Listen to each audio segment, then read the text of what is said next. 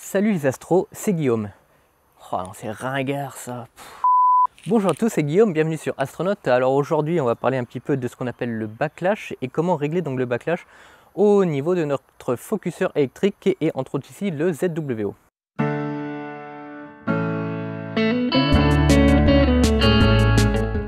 Alors avoir une focalisation électrique qui nous permet donc de faire la mise au point à distance, c'est bien, mais si votre focuseur électrique a ce qu'on appelle du backlash, du jeu mécanique à l'intérieur, il s'avère que la mise au point automatique va complètement merder.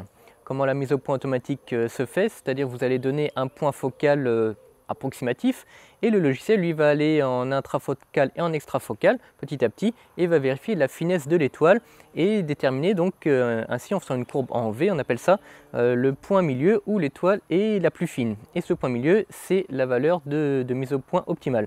Après le focuseur électrique avec le logiciel va remettre donc à cette valeur et vous aurez donc votre mise au point correcte. Alors, il faut savoir que les petits focuseurs comme ça, certains du moins, ont une espèce de petit jeu. Donc, c'est-à-dire quand vous allez aller en avant et ensuite en arrière, en fait, au moment où il va revenir à l'inverse, ce petit jeu va en fait vous empêcher d'être à la bonne mise au point. Donc aujourd'hui, je vais vous montrer comment on va régler ce problème, mais on va le régler informatiquement. Alors parce qu'il s'avère que mon ZWO ici, il a quand même un jeu qui est assez conséquent. Et comme je vous l'avais dit dans ma vidéo sur la mise au point que je vous mets ici, la mise au point sur une petite lunette comme ça qui est ouverte à 4,5 est de l'ordre de 0,02 mm je crois. Et moi j'ai calculé ici à peu près une erreur de backlash donc de 0,2 mm et non pas 0,02. Donc la précision est complètement dans les choux, donc la mise au point est jamais bonne. Mais on va voir comment on va le régler tout de suite. Alors ici on a un système de porte oculaire avec une crémaillère. Donc il faut savoir déjà que ces portes oculaires à crémaillère ont très souvent un backlash minimal. Donc sur cette petite lunette je le trouve relativement minime, donc c'est une bonne chose. Cependant, vous pouvez retrouver donc chez certains constructeurs qui ont des portes oculaires donc de bas de gamme, des portes oculaires qui ont vraiment du jeu.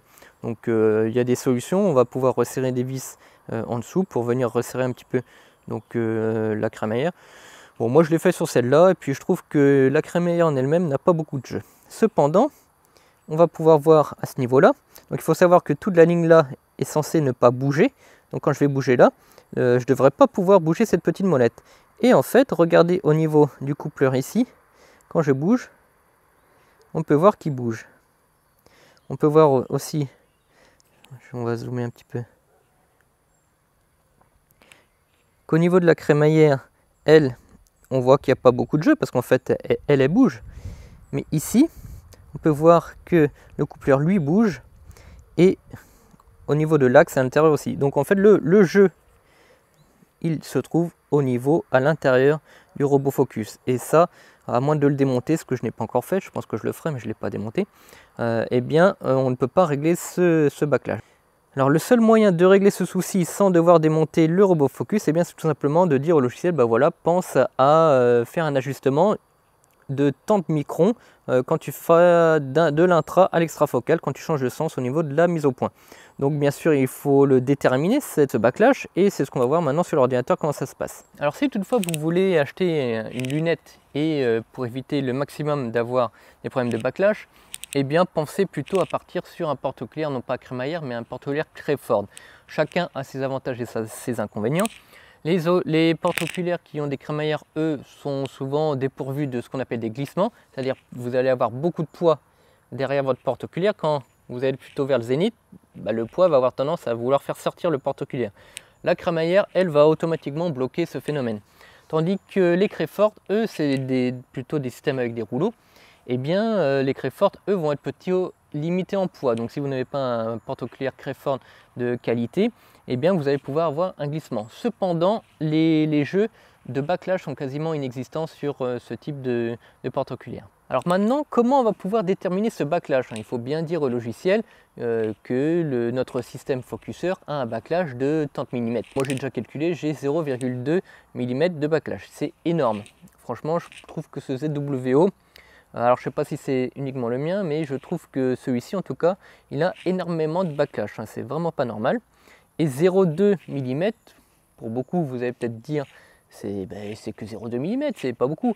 Mais en fait, ça fait toute la différence, c'est juste énorme. Et ça se voit tout de suite sur les photos que la mise au point est complètement dans les choux. Alors comment on va procéder? On va utiliser notre ami le masque de Bahtinov. C'est le seul moyen d'être certain de notre mise au point en visuel. Donc bon, je ne vous rappelle pas comment ça marche, j'ai déjà fait une vidéo sur la mise au point que je vous mets aussi en haut ici. Alors maintenant, comment on va procéder? Donc on va faire la mise au point avec notre masque de Bahtinov sur une étoile brillante. Ensuite, on va demander via l'ordinateur de bouger le porte-oculaire, voilà, en intra ou en extra focal, peu importe, avec le robot focus. Donc il faut bien faire attention grâce au masque de Bahtinov et aux aigrettes que l'aigrette bouge. Alors la seconde étape, une fois que votre aigrette a bien bougé, ça il faut être sûr que votre aigrette a bien bougé, on va demander au robot focus de faire un retour en arrière. Mais on va lui demander de faire un retour en arrière de juste quelques microns. Et faire en sorte qu'au premier coup, vous n'ayez pas l'aigrette qui est bougée. Donc ça voudrait dire tout simplement que là on est encore dans notre backlash. C'est-à-dire notre robot focus il a tourné mais il n'a pas encore été jusqu'à bouger réellement notre focuseur. Donc il va falloir faire ça plusieurs fois jusqu'à ce que notre aigrette ait commencé à bouger. Une fois que notre aigrette elle a commencé à bouger, ça veut dire qu'on a bien rattrapé tout notre backlash. Bien entendu, juste avant, il aura fallu repérer la position de départ juste avant de faire un retour en arrière du porte-oculaire.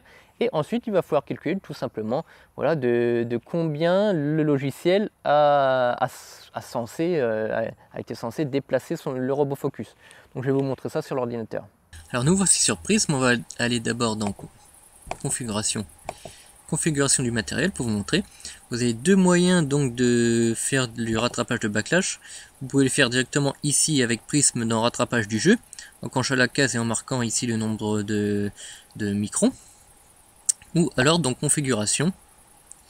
Et ici vous avez donc dans le mode avancé un rattrapage de backlash.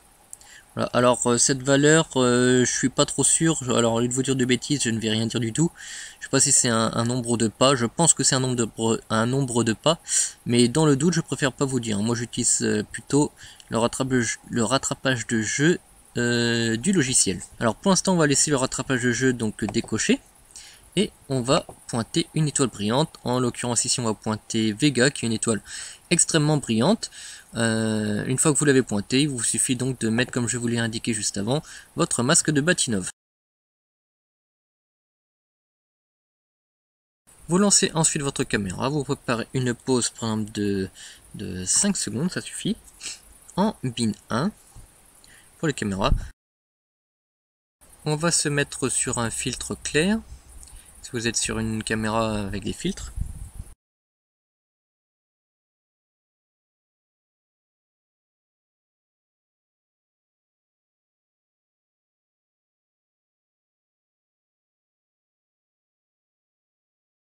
Alors nous voilà sur Vega, on va faire un petit fenêtrage sur l'étoile.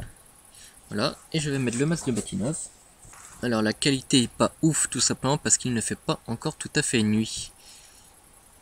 Mais bon, ce n'est pas forcément nécessaire sur une étoile aussi brillante. Voilà, donc on voit que la mise au point est légèrement décalée, tout simplement parce que la barre au milieu des deux en diagonale n'est pas tout à fait au milieu symétrique des deux. Bon, ce n'est pas forcément nécessaire de la mettre bien comme il faut pour l'instant. Ce qu'il faut, c'est faire bouger la barre donc dans un sens. Donc on va aller avec des pas de 0,04 mm.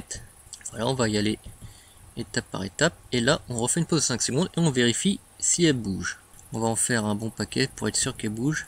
On peut voir déjà qu'elle bouge pas beaucoup après avoir fait plusieurs changements de mise au point quand même. C'est qu'il y a quand même énormément de jeux dans ce focuseur. Hein.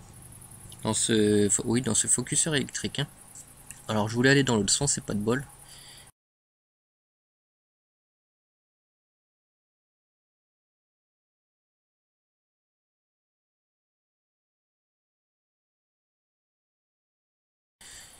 Voilà, allez.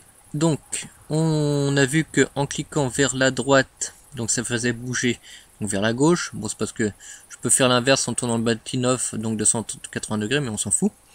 Donc ici, je suis sûr déjà qu'en cliquant là, il n'y a pas de backlash. On se décale bien comme il faut. Donc on va faire des pas de 0,4 dans l'autre sens. Donc on va le faire étape par étape et on va compter le nombre de fois et donc le nombre de millimètres qu'il faut avant que la barre commence à bouger. Allez, on va le faire une fois. On fait une pause.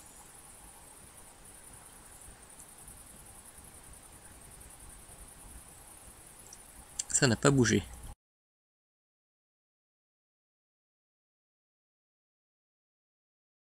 Deux fois, ça n'a pas bougé.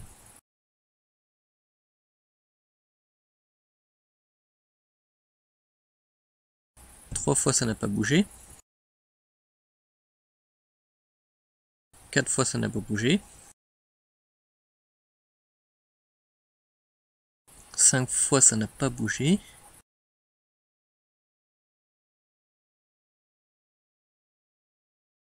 Alors 6 fois, j'ai l'impression. On va continuer. Donc on retient 6. Voilà, donc je vois que ça a légèrement aussi bougé. Donc on peut considérer qu'on a 6 fois 0,04 mm de backlash. Donc ce qui nous fait 0,240 mm. Donc c'est quand même énorme. Moi j'avais calculé la dernière fois 0,2. Donc bon, 0,024 me paraît cohérent par rapport à ce que j'avais vérifié avant. Donc maintenant, il faut déconnecter le matériel. On va sur configurer. Configuration du matériel. Et ici on va faire sur rattrapage de jeu. Donc on va mettre 240 parce que c'est en micron. Ok. On reconnecte tout le matériel. Donc maintenant on peut vérifier. On envoie dans un sens. Et en renvoyant dans le sens juste après, on devrait revenir donc à une mise au point correcte. Où là on va être décalé. Voilà. Et si on envoie dans l'autre sens, on doit revenir normalement exactement au même endroit. Et voilà, donc on voit que le rattrapage de jeu ça marche. Alors que tout à l'heure, on a bien vu que avant de pouvoir commencer à bouger le focuseur, il fallait au moins 0,240. Donc on voit que le rattrapage de jeu a bien été pris en compte. Donc notre système, il est maintenant prêt à imager. Voilà, j'espère que cette vidéo vous aura plu et servi pour tous ceux qui voudront faire l'acquisition d'un robot focus. Vous pouvez voir que si vous avez du backlash avec votre robot focus, ce n'est pas nécessairement un drame. Il suffit d'avoir donc le bon logiciel. Alors moi là je l'ai fait sous Prism, mais je pense que la majorité des logiciels ont un rattrapage de jeu de backlash des robots focus. Et de toute manière, vous avez pu le voir que vous avez ce même rattrapage directement dans le driver ASCOM du robot focus. Voilà, sur ce, je vous souhaite à toutes et tous un bon ciel. N'hésitez pas à vous abonner et au revoir.